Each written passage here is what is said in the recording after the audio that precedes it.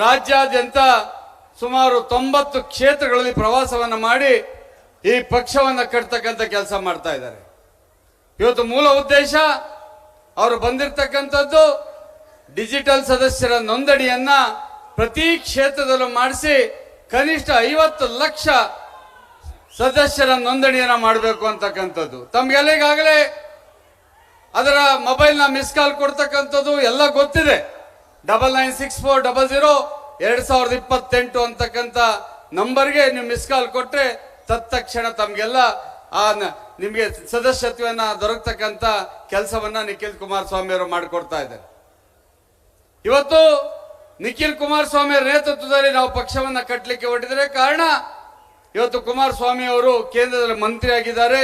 ಅವರು ಇಡೀ ದೇಶವನ್ನು ನೋಡ್ಕೋಬೇಕಾಗಿದೆ, ತಮಗೆಲ್ಲ ಗೊತ್ತಿರ್ತಕ್ಕಂಥದ್ದು. ಇವತ್ತು ನಿಖಿಲ್ ಕುಮಾರಸ್ವಾಮಿ ಅವರಿಗೆ ನಾವೆಲ್ಲರೂ ಸಹ ಹೆಗಲಿಗೆ ಹೆಗಲನ್ನು ಕೊಟ್ಟು ಈ ಪಕ್ಷವನ್ನ ಪ್ರಾದೇಶಿಕ ಪಕ್ಷವನ್ನ ಅಷ್ಟು ಸುಲಭ ಅಲ್ಲ ಪ್ರಾದೇಶಿಕ ಪಕ್ಷ. ಜೊತೆಗೆ ಎಲ್ಲ ಹೇಳ್ತಾ ಇದ್ರು, ಪಾಪ ಇವತ್ತು ನಮ್ಮ ಶಾಸಕರು ವಿರೋಧ ಪಕ್ಷದಲ್ಲಿ ಕುಳಿತಿದ್ದಾರೆ. ನಾನು 2 ಬಾರಿ ವಿರೋಧ ಪಕ್ಷದಲ್ಲಿ ಕುಳಿತುಕೊಂಡು ಅವರ ಕಷ್ಟ ಸುಖ ಏನು ಅಂತಕ್ಕಂಥದ್ದನ್ನ ಬಹಳ ಅನುಭವಿಸಿರ್ತಕ್ಕಂಥವನು. ಅಷ್ಟು ಸುಲಭ ಅಲ್ಲ. ನೀವು ಮಾತಾಡಬೇಕು, ನಿಮ್ಮ ಶಾಸಕರ ಪರವಾಗಿ ಮಾತಾಡಬೇಕು, ಪಕ್ಷದ ಪರವಾಗಿ ಮಾತಾಡಬೇಕು, ಸರ್ಕಾರದ ತಪ್ಪು ನೆಪ್ಪುಗಳನ್ನ ಎತ್ತಿ ಹಿಡಿತಕ್ಕಂಥ ಕೆಲಸವನ್ನ ನೀವು ಮಾಡಬೇಕಾಗ್ತದೆ. ನಿಜ, ನಮ್ಮ ರವಿ ಅಣ್ಣವ್ರಿಗೆ ಪ್ರೀತಿ ಇಟ್ಟು 17,000 ಮತಗಳನ್ನ ಕೊಟ್ಟಿದ್ದೀರಿ. ಎಲ್ಲೋ ಒಂದ್ ಕಡೆ ಲೋಕಸಭೆಯಲ್ಲಿ ಸ್ವಲ್ಪ ಹಿನ್ನಡೆ ಆದ್ರೂ ಸಹ ಲೀಡ್ ಕೊಟ್ಟಿದ್ರು ಸ್ವಲ್ಪ ಕಡಿಮೆ ಆಯ್ತು ಅಂತಕ್ಕಂಥದ್ದು. ಆದ್ರೆ ನಾವು ದುಡ್ಡಿ ಕೆಡಗೋದಿಲ್ಲ, ಜನತಾದಳದವ್ರು ಯಾವತ್ತು ದುಡ್ಡಿ ಕೆಡಗೋದಿಲ್ಲ. ಹೆಗಲಿಗೆ ಕೊಟ್ಟಂತ ಕೆಲಸವನ್ನ ನೀವು ಮಾಡಬೇಕಾಗ್ತದೆ. ಇವತ್ತು ವಿರೋಧ ಪಕ್ಷದಲ್ಲಿ ಕುಳಿತುಕೊಂಡು ಕೆಲಸ ಅಷ್ಟು ಸುಲಭ ಮಾಡಕ್ಕಾಗೋದಿಲ್ಲ. ಆಡಳಿತ ಪಕ್ಷದವರು ಬಹಳ ತೊಂದರೆ ಕೊಡ್ತಾ ಇರ್ತಾರೆ. ನಿಮಗ್ ಶಾಸಕರಾದ್ರೂ ಅವರಿದ್ದಾರೆ, ಶಾಸಕರು ಇಲ್ದೇ ಇರೋ ಕಡೆ ನಮ್ಮ ಕಾರ್ಯಕರ್ತರು ನಾವು ಕೇಳಕ್ಕಾಗ್ತಾ ಇಲ್ಲ. ಪಾಪ ನೀವು ಪಕ್ಕದಲ್ಲಿ ನಾನು ಹೇಳ್ತಾ ಇದ್ದೆ, ನಮ್ಮ ಮಾಲೂರಿನ ರಾಮೇಗೌಡರಲ್ಲಿ ಕಾರ್ಯಕರ್ತರು ಹೇಳ್ತಾ ಇದ್ರು, ಒಂದು ಚೂರು ವಿರೋಧ ಪಕ್ಷದವ್ರ ಜೊತೆ ಸೇರಿಸ್ಕೊಂಡ್ರೆ ತಕ್ಷಣ ಪೊಲೀಸರು ಬರ್ತಾರೆ, ಒಂದು ಮನೆಗೆ ಮಣ್ಣು ಹೊಡ್ಕೊಳಕ್ ಹಾಕಿಲ್ಲ, ಇಷ್ಟು ಕಿರುಕುಳವನ್ನ ಕೊಡ್ತಾರೆ ಅಂತಕ್ಕಂಥದ್ದು ತಾವು ನೋಡ್ತಾ ಇದ್ದೀರಿ. ಇವತ್ತು ಪ್ರಾದೇಶಿಕ ಪಕ್ಷ ಯಾಕೆ ಇರಬೇಕು ಅಂತಕ್ಕಂಥದ್ದು ನಿಮ್ಗೆ ಇವತ್ತು ಬಂದಿದೆ. ಬಹುತೇಕ ಏನು ಮಾವನಹಣ್ಣಿನ ವ್ಯಾಪಾರದಲ್ಲಿ ಅನಾನುಕೂಲ ಆಯ್ತು, ಅವತ್ತು ಶಾಸಕರು ಧರಣಿಯನ್ನ ಮಾಡಿದ್ರು. ಕುಮಾರಸ್ವಾಮಿ ಅವರು ಹೋಗಿ ಕೂತ್ಕೊಂಡು ಕೇಂದ್ರದಲ್ಲಿ ಬೆಂಬಲ ಬೆಲೆಯನ್ನು ಕೊಡಿಸಿದ್ರು. ರೈತರಿಗೆ ಅನುಕೂಲವಾಗ್ಲಿ ಅಂತ ಗೊಬ್ಬರಿಗೆ ಬೆಂಬಲ ಬೆಲೆ ಕೊಡಿಸಿದ್ರು, ತಂಬಾಕು ಬೆಲೆಗೆ ಬೆಂಬಲ ಕೊಡಿಸಿದ್ರು. ಇವತ್ತು ನೀವು ನೋಡ್ತಾ ಇದ್ದೀರಿ, ಇವತ್ತು ಸಿದ್ದರಾಮಯ್ಯನವರು ಹೆಚ್ಚು ಕಡಿಮೆ 7 ವರ್ಷಗಳ ಕಾಲ ಆಡಳಿತ ನಡೆಸ್ತಾ ಇದ್ದಾರೆ. ಆದ್ರೆ ದೇವೇಗೌಡರು 16 ತಿಂಗಳಿಗೆ ಮಾತ್ರ ಮುಖ್ಯಮಂತ್ರಿ ಆಗಿದ್ದು, 14 ತಿಂಗಳು ಪ್ರಧಾನಮಂತ್ರಿ ಆದ್ರು. ಇವತ್ತು ಇಡೀ ದೇಶದಲ್ಲಿ ದೇವೇಗೌಡರ ನೀರಾವರಿ ವಿಷಯ ಇರಬಹುದು, ಯಾಕೆ ಕೊಂಡಾಡ್ತಾ ಇದ್ದಾರೆ ಅಂತಕ್ಕಂಥದ್ದು ನೀವು ಅರ್ಥ ಮಾಡ್ಕೋಬೇಕಾಗ್ತದೆ. ಸಿದ್ದರಾಮಯ್ಯರು ಹೇಳ್ಬೋದು, ಕಾಂಗ್ರೆಸ್ ಪಕ್ಷದವರು ಇವತ್ತು ಕೂತ್ಕೊಂಡಿದ್ದಾರೆ, ಒಂದೊಂದು ವರ್ಗಕ್ಕೆ, ಒಂದೊಂದು ಜಾತಿಗೆ, ಒಂದೊಂದು ಸಮಾಜಕ್ಕೆ ಒಂದೊಂದು ಟೋಪಿಗಳು ಇಟ್ಕೊಂಡು ಕೂತಿದ್ದಾರೆ. ಅದು ಮುಸಲ್ಮಾನರ ತಕ್ಕ ಹೋಗಿ ರಾಹುಲ್ ಗಾಂಧಿ ಟೋಪಿ ಹಾಕ್ತಾರೆ, ಕುರುಬ ಸಮಾಜಕ್ಕೆ ಹೋಗಿ ಸಿದ್ದರಾಮಯ್ಯ ಟೋಪಿ ಹಾಕ್ತಾರೆ, SC ಜನಾಂಗಕ್ಕೆ ಹೋಗಿ ಖರ್ಗೆ ಟೋಪಿ ಹಾಕ್ತಾರೆ. ಒಕ್ಕಲಿಗರು ಬಂದಾಗ DK ಶಿವಕುಮಾರ್ ಟೋಪಿ ಹಾಕಕ್ ಬರ್ತಾ ಇರ್ತಾರೆ. ನೀವು ಇದನ್ನ ಅರ್ಥ ಮಾಡ್ಕೋಬೇಕಾಗ್ತದೆ.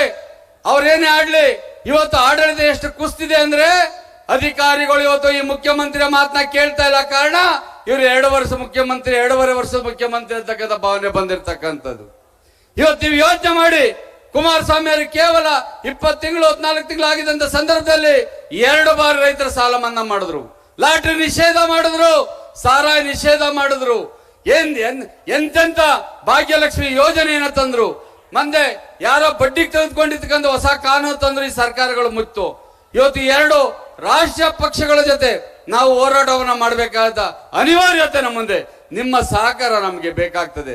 ನಿಖಿಲ್ ಕುಮಾರಸ್ವಾಮಿ ಅವರಿಗೆ ನಿಮ್ಮ ಆಶೀರ್ವಾದ ಬೇಕಾಗ್ತದೆ. ಇಲ್ಲಿ ಕಾಂಗ್ರೆಸ್ ಸರ್ಕಾರನವರು ಯಾವ್ದೋ 5 ಗ್ಯಾರಂಟಿ ಕೊಡ್ತಾ ಇದೀವಿ ಅಂತ ಸುಳ್ಳು ಆಶ್ವಾಸನೆಗಳು ಹೇಳಿ ಹೋಗಿ ನಿಮ್ಗೆ ಗೊತ್ತಿದೆ.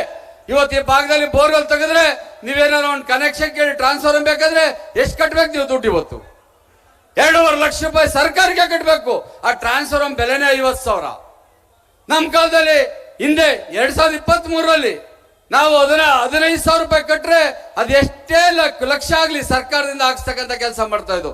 ಒಬ್ಬ ರೈತ ಬೋರ್ವೆಲ್ ತೆಗೆದ್ರೆ 3 ರಿಂದ 3.5 ಲಕ್ಷ ಆಗ್ತಾ ಇದೆ. ಸುಳ್ಳು ಆಶ್ವಾಸನೆ ಮೋದಿ ಅವರು ಕೊಟ್ಟಿರೋ ಅಕ್ಕಿನ ಕೊಟ್ಟು ನಾನು ಕೊಟ್ಟೆ ಅಂತಕ್ಕಂಥದ್ದು. ಇವತ್ತು ಹೆಂಡತಿಗೆ ಫ್ರೀ ಅಂತ ಹೇಳಿ ಗಂಡನಿಗೆ ಡಬಲ್ ಮಾಡಿ ಬಸ್ ಚಾರ್ಜ್ ಮಾಡಿರ್ತಕ್ಕಂಥದ್ದು.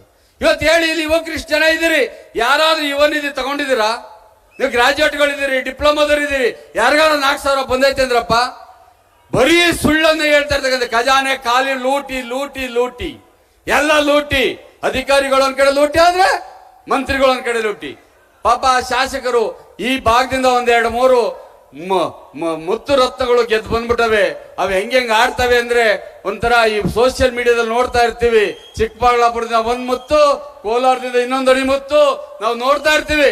ಇಡೀ ಪ್ರಪಂಚ ಹೊಗಳಿತ್ತು ಪಾಕಿಸ್ತಾನ ಮೇಲೆ ಯುದ್ಧ ಆದಾಗ ಭಾರತ ಬಹಳ ಪ್ರಬಲವಾಗಿದೆ ಅಂತ.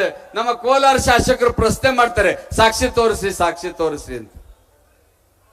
ಅನನುಭವಿಗಳನ್ನ ಶಾಸಕರಾಗಿ ಮಾಡಿ ಕಳಿಸಿದ್ರೆ ಪ್ರಯೋಜನ ಏನು? ಇವತ್ತು ನನಗೆ ಬಹಳ ಸಂತೋಷ ಆಯ್ತು.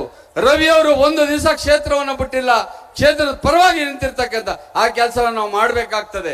ಯಾಕೆಂದ್ರೆ ಜನಗಳು ನಮ್ಮ ಜೊತೆ ಇದ್ರೆ ಮಾತ್ರ ನಾವು ನಾಯಕರಾಗ್ಲಿಕ್ಕೆ ಸಾಧ್ಯ. ಅವಾಗ ಈ ಪಕ್ಷವನ್ನ ಕಟ್ಟಬೇಕಾಗ್ತದೆ.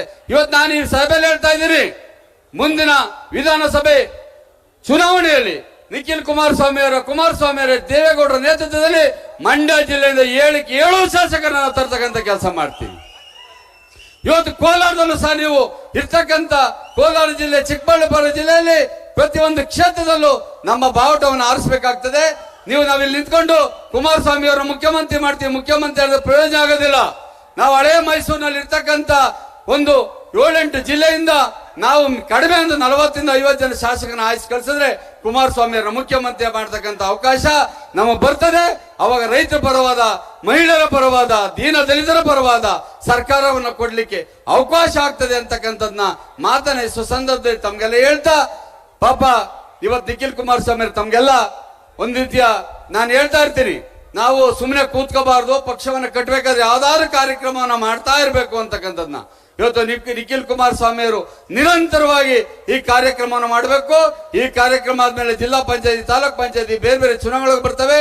ಅದೆಲ್ಲರೂ ಪಕ್ಷವನ್ನು ಸಂಘಟನೆ ಮಾಡಿ 2028ಕ್ಕೆ ನಮ್ಮ ಪಕ್ಷವನ್ನು ಅಧಿಕಾರಕ್ಕೆ ತರ್ತಕ್ಕಂಥ ಕೆಲಸವನ್ನ ಮಾಡೇ ಮಾಡ್ತೀವಿ ಅಂತಕ್ಕಂಥ ಮಾತನ್ನ ಹೇಳಿ, ಅದಕ್ಕೆ ತಮ್ಮೆಲ್ಲ ಆಶೀರ್ವಾದ ಈ ಕ್ಷೇತ್ರದ ವಿಶೇಷವಾಗಿ ರವಿ ಅವ್ರ ಮೇಲೆ ಇರಲಿ ಅಂತಕ್ಕಂಥದ್ದನ್ನ ಕೇಳ್ತಾ ನಾನು ಮಾತು ಮುಗಿಸ್ತೇನೆ.